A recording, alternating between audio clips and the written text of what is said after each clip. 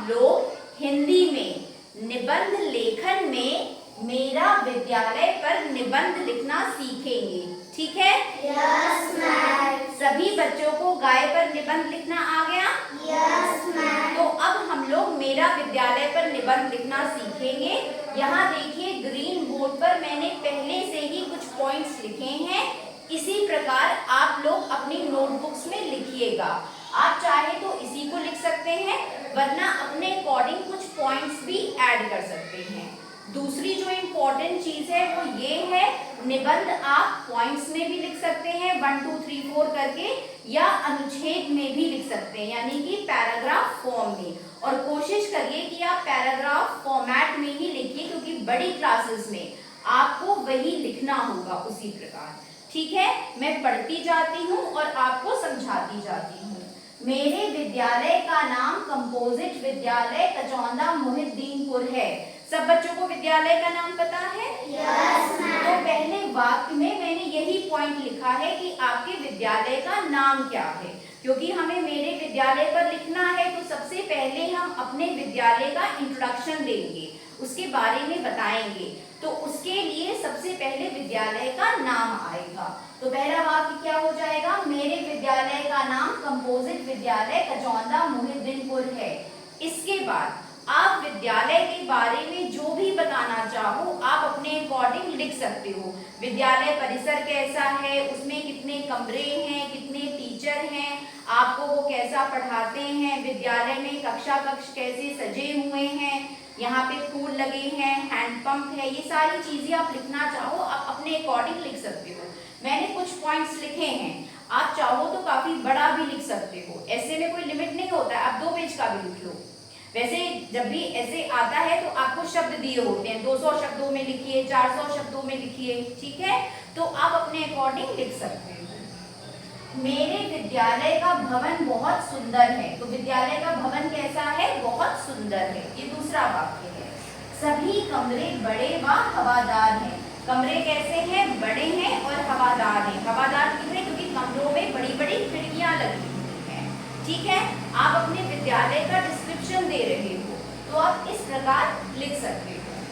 मेरे विद्यालय में कुल 10 कमरे हैं। और विद्यालय में कुल कितने कमरे हैं? अगर आप प्राइमरी और जूनियर में जोड़ो तो आपके टोटल 10 कमरे हो जाएंगे। तो मैंने यहाँ पे टोटल कमरों की संख्या लिखी है।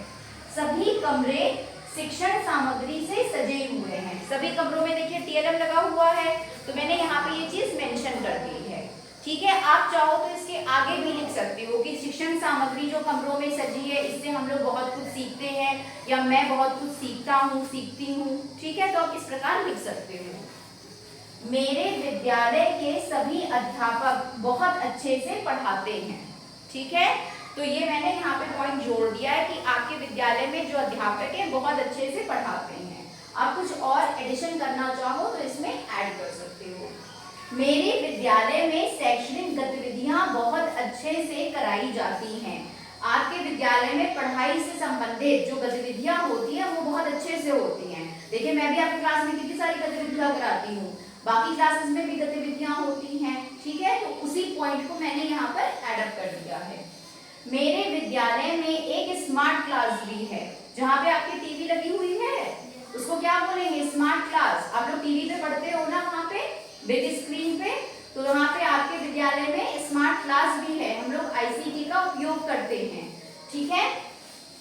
उसके बाद है मेरे विद्यालय में एक पुस्तकालय भी है। और आपके विद्यालय में क्या है? एक पुस्तकालय, जिसमें से आप बुक्स लेते हो, उसको स्टडी करते हो, रीड करते हो।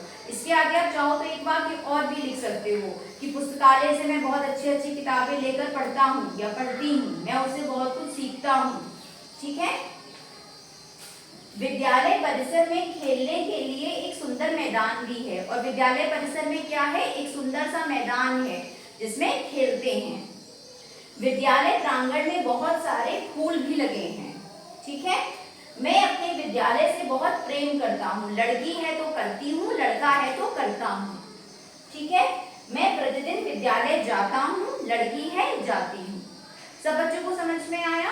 यस। आप चाहें तो इसमें कुछ और पॉइंट्स अपने अकॉर्डिंग ऐड कर सकते हो। जैसे मेरे पास ग्रीन बोर्ड पे इतनी ही जगह थी, तो मैंने थोड़ा सा ही लिखा है, लेकिन आप चाहो भाई जो बच्चे पढ़ने में अच्छे हैं वो थोड़ा और लिख सकते हैं तो आप लिख सकते हो, उसमें कोई इश्यू नहीं है। और आप चाहो लिखने के बाद वर्ड्स को काउंट करिए, आपने कितने शब्दों का निबंध लिखा तो आपको समझ में आएगा कि मैं कितने शब्दों में अपनी बात को रख सकता हूँ। ये बहुत जरूरी होता है, शब्दों कितने शब्दों का निबंध होगा और कितने उसमें आप वाक्य बना रहे हो और वाक्य रचना किस प्रकार कर रहे हो। निबंध में सबसे जरूरी यही चीज होती है।